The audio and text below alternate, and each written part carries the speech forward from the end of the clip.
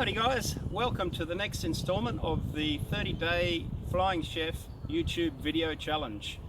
Each day I try and give you a look around Surfers Paradise and the Gold Coast, which is my home, just so you get a bit of insight where I'm from and this lovely area. So yesterday, I told you a little bit about how the Flying Chef came to be. So I'll tell you about the first episode when we flew to Labuan Bajo. I'd never been on TV before, had no idea what I was doing. Fortunately, the production company were, they're pretty good. They knew not to jam the camera in my face first day, and I was nervous as hell, had no idea what I was doing. So we went out and did the diving. They had, all the underwater setup going on, so I was completely comfortable with all of that. And every now and then they just sort of, shove the camera in front of my face and say something. And, normally I'm never lost for words, but when there's a camera all of a sudden jammed in your face, you're like, what do I say? Shit, like I got no idea. Anyway, it gets a bit easier, but the first episode, definitely not.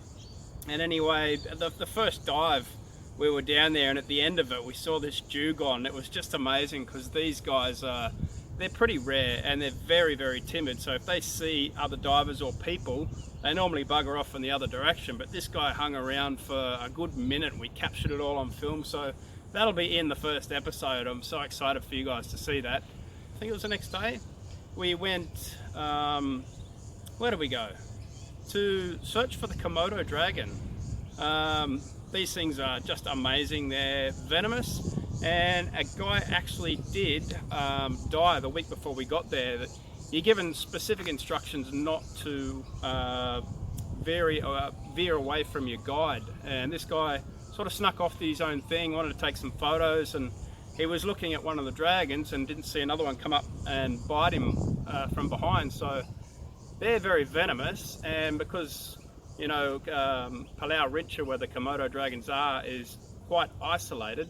It took quite a while for him to get to a hospital, and by then the venom had spread, so they had to amputate his leg, and it was a little bit too late, and sadly he died. So if you do go there, or any place where there's dangers like that, listen to what the guides say. It's they're not joking around.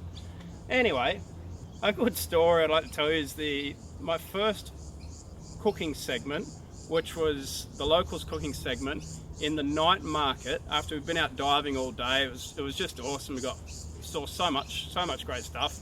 And coming back, it was about an hour from the dive site, and I started to get real nervous because not only had I not done much work with the camera before, but now I was going to be in a public, crowded place doing a cooking segment, and had absolutely no idea how it was going to turn out. We had no plans. We just winged this, everything's on the go. So we get down to the night market, found some fish, and I was there with my dive guide Geordie.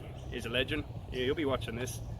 So we grabbed a piece of calamari and a red emperor, and cleaned it all up, cooked it on the barbecue.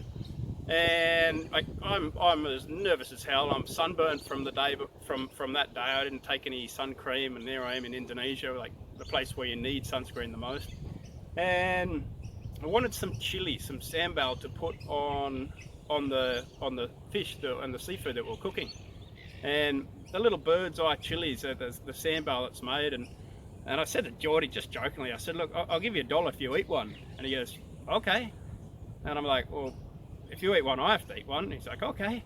And I'm like, oh shit, what have I got myself in for? So we both put the chili in our mouth and crunch away, and at first it's like a capsicum. It's like, oh, this isn't hot. And then it just hits you, and you're like, oh, wait a second. And then I thought this was like the worst thing that could possibly happen. I almost vomited, and the camera's in my face. But as the producer knows best, he says this makes great television. So it's not edited out at all. When you get to see the first episode, there's me eating a chili, burning up, and dry reaching in front of the camera. So anyway, it's good that you guys can have a little bit of a laugh, because I certainly wasn't laughing at the time.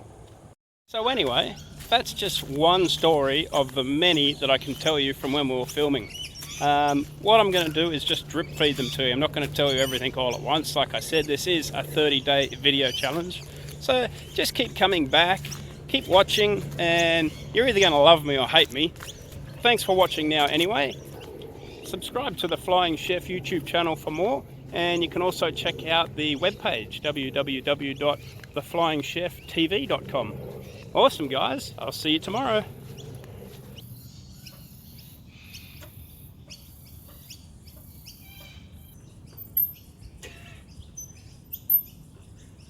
The sign says butterfly press,